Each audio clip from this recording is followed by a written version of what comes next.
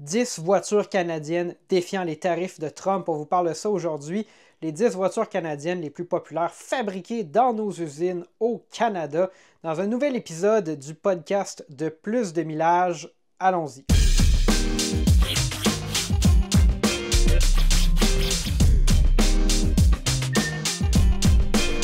Comme je l'ai mentionné dans l'introduction, on va vous parler aujourd'hui de 10 modèles de voitures qui sont assemblés au Canada parce que bon, il y a tous les enjeux commerciaux, puis on tombe pas dans la politique à Plus de Millage, mais si ça vous intéresse de savoir quels sont les choix de modèles que vous pourriez vous procurer qui supportent notre industrie, ben vous allez aimer cet épisode-là. C'est pas une liste exhaustive, hein? Je me suis limité aux 10 modèles que je considérais les plus pertinents à mentionner aujourd'hui de différentes marques et sans restriction sur l'origine de ces marques-là. Donc, on va commencer par les voitures de marque japonaise, hein, parce que Toyota et Honda ont une présence importante au Canada.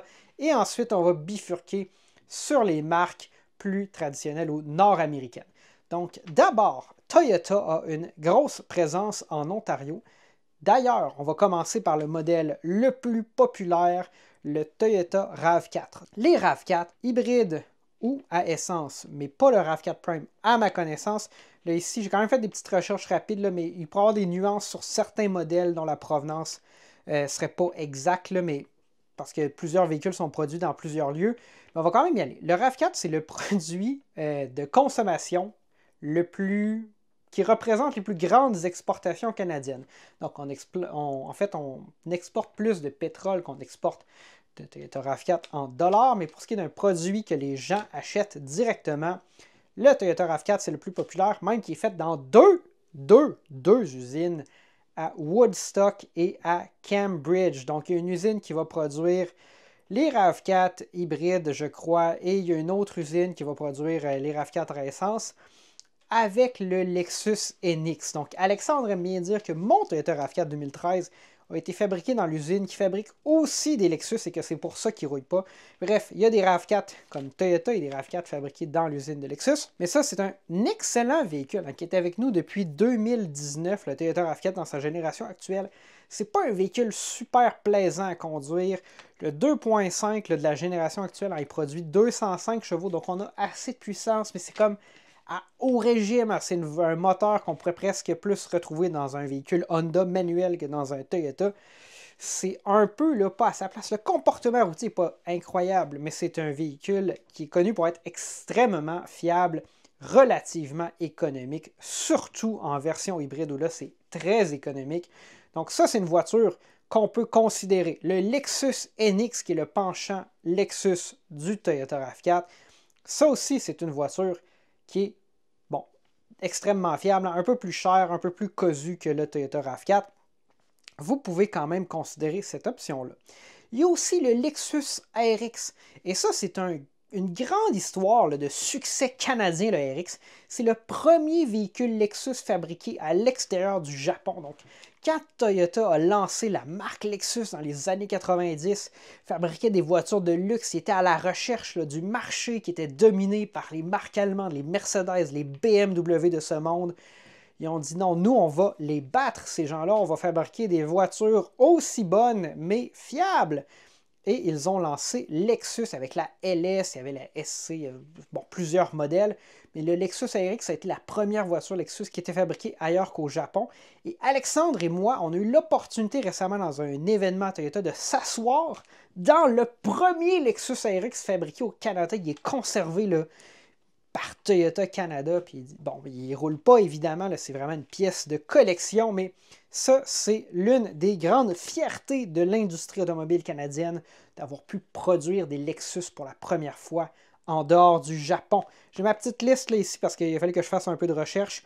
Au niveau de Honda, il y a plusieurs modèles historiquement qui étaient fabriqués ici, le MDX d'ailleurs, mais en ce moment, on produit ce qu'il y a de plus populaire, la Civic, le CR-V. La Civic, c'est vraiment une excellente voiture. Alexandre a fait un essai de la Civic hybride récemment. On vous invite à aller regarder ça. Puis on a maintenant accès à des véhicules Honda de presse. Donc vous allez voir plus de revues de véhicules Honda dans le futur. Le CR-V, ça demeure une excellente voiture. Hein? Moi, je trouve que les VUS japonais compacts, le CR-V, le RAV4, ce sont des voitures qui maximisent vraiment le volume intérieur de ces VUS compacts-là. Puis quand on regarde là, l'espace cargo total derrière la première rangée d'un VUS compact japonais versus un VUS intermédiaire, souvent la différence n'est pas si grosse que ça. C'est vraiment des véhicules qui vous en donnent beaucoup en termes d'espace pour votre argent et sur une plateforme plutôt économique, fiable, qui ne coûtera pas trop cher à long terme. Donc, à Alliston, en Ontario, c'est là qu'on produit la Civic ainsi que le CR-V. Maintenant, on va tomber dans les marques américaines, mais qui sont produites au Canada. L'industrie automobile est très, très, très intégrée en Amérique du Nord et au Canada, on produit des modèles qu'on pourrait typiquement associer au marché américain en priorité, mais beaucoup d'entreprises canadiennes qui fabriquent des composantes aussi qui sont utilisées dans l'industrie automobile nord-américaine en général, qui est très intégrée. Plus de 700 producteurs de composantes de pièces automobiles au Canada. Et le Chevrolet Silverado en version 1500 et Heavy Duty est entre autres produit au Canada. Là, j'ai fait attention avec les camionnettes parce que des fois, il y a certains modèles qui sont produits dans plusieurs usines différentes. Donc, est-ce que ça veut dire que si vous achetez un Silverado, c'est nécessairement un véhicule fabriqué au Canada? Je ne le sais pas. Honnêtement, il faut peut-être faire un peu plus de recherche et en décodant le numéro de série, par exemple, de la voiture qui vous intéresse, vous serez en mesure de savoir si c'est une voiture de production canadienne ou pas. Donc, le Silverado, vous savez, Alexandre et moi, on adore le Silverado ZR2. On a fait une aventure hors route l'année dernière avec cette voiture-là. Donc, très fier qu'il y ait des Silverado qui soient produits au Canada.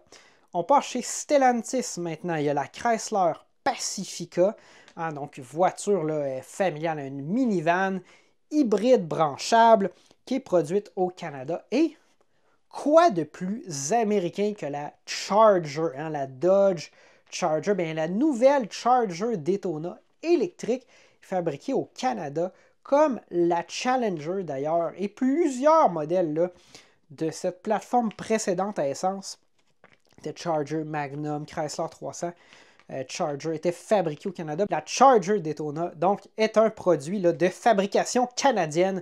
Donc, vous pouvez acheter un véhicule 100% électrique pour compétitionner la Tesla Model 3 Performance au Canada. Et on croit que c'est des véhicules qui se détaillent au rabais en ce moment, même s'ils viennent d'être lancés. La dernière, c'est une mention honorable, peut-être quelque chose de différent, parce que c'est un véhicule qui est uniquement produit au Canada, mais dans une sous-marque de GM. Donc, c'est le camion Bright Drop. Vous avez sûrement vu ces camions-là là, faire de la livraison. Là, il y a quelques marques de compagnies de livraison, là, Nationex, ce genre de choses-là, qui testent ces grosses camionnettes-là, ces plus gros fourgons-là, en fait, qui sont fabriqués sur la plateforme Ultium de GM. Stratégie un peu différente, de chez Ford avec le e-Transit. Donc là, on a une beaucoup plus grosse batterie, là, probablement les 212 kWh utilisables d'un Silverado EV.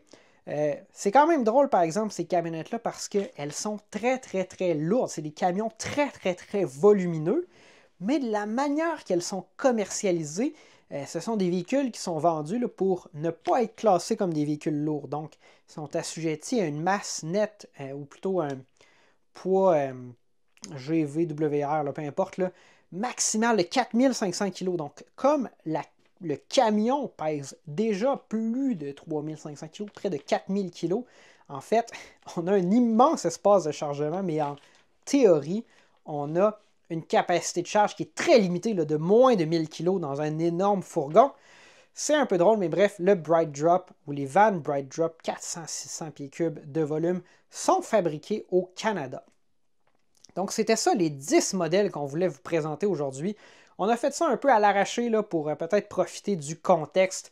Le titre sera peut-être un peu clickbaity, on s'en excuse, mais c'est comme ça qu'on peut vous amener du contenu qui est le plus nuancé possible, mais attirer le plus de gens. C'était Gabriel pour un petit podcast spécial de Plus de millage. On se dit à la prochaine.